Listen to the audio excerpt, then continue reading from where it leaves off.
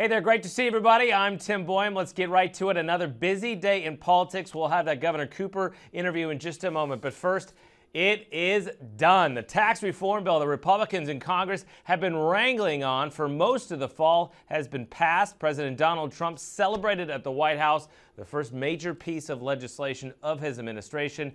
But what will it mean for you? That's our top story tonight, and our Washington Bureau reporter Samantha-Jo joins us from the D.C. Bureau with the very latest. Samantha-Jo, Republicans are taking quite a victory lap tonight. Well, Tim, they are indeed. And after some setbacks on some major agenda items this year, Republicans have passed their tax reform bill, the first since the 1980s. And they're really saying it is a promise that they kept to the American people.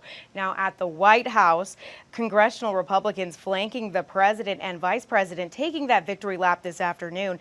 The House had to take a second vote on the measure due to a parliamentarian error on their first vote, but it passed again on a mostly party line vote. Now, the president praised the measure, saying the American people are getting tax cuts for Christmas. But congressional Democrats are denouncing the bill, saying it helps corporations and the rich. You know, I campaigned on the fact that we're not going to lose our companies anymore. They're going to stay in our country, and they're going to stay in our country. And you've been seeing what's been happening even at this prospect. But they have tremendous enthusiasm right now in this country, and we have companies pouring back into our country, and that means jobs. Now, we know they're popping champagne down Pennsylvania Avenue. There are only two places where America's popping champagne: the White House and the corporate boardrooms, including Trump Tower. Otherwise, Americans have a lot to regret. Now, the bill has not been enrolled for the president's signature yet, but he is expected to sign it into law later this week. Tim? Samantha-Jo, a lot of rhetoric on both sides of what this might mean. What are the main changes in store?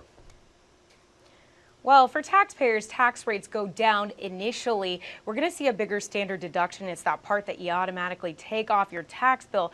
But people are not going to be able to pare their tax bill down with some of those significant deductions like the state, local, and property taxes, Tim.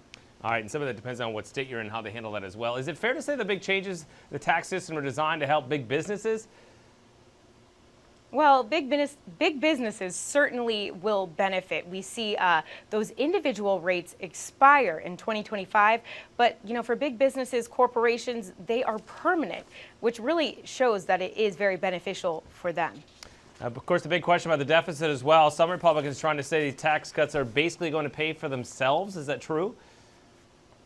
Well, right now, the evidence for that, Tim, is virtually very thin. A lot of independent analysts are showing that this tax bill is really going to add to the deficit, even if the economy grows a significant amount. Now, this is a very interesting place for Republicans to be. They've really campaigned on the fact that they are the party of economic responsibility, but they've really gone silent on this point right now. And it's very interesting because we're seeing Democrats bringing up the deficit, talking about it, where Republicans normally have talked about this a lot, and right now they're pretty silent, Tim.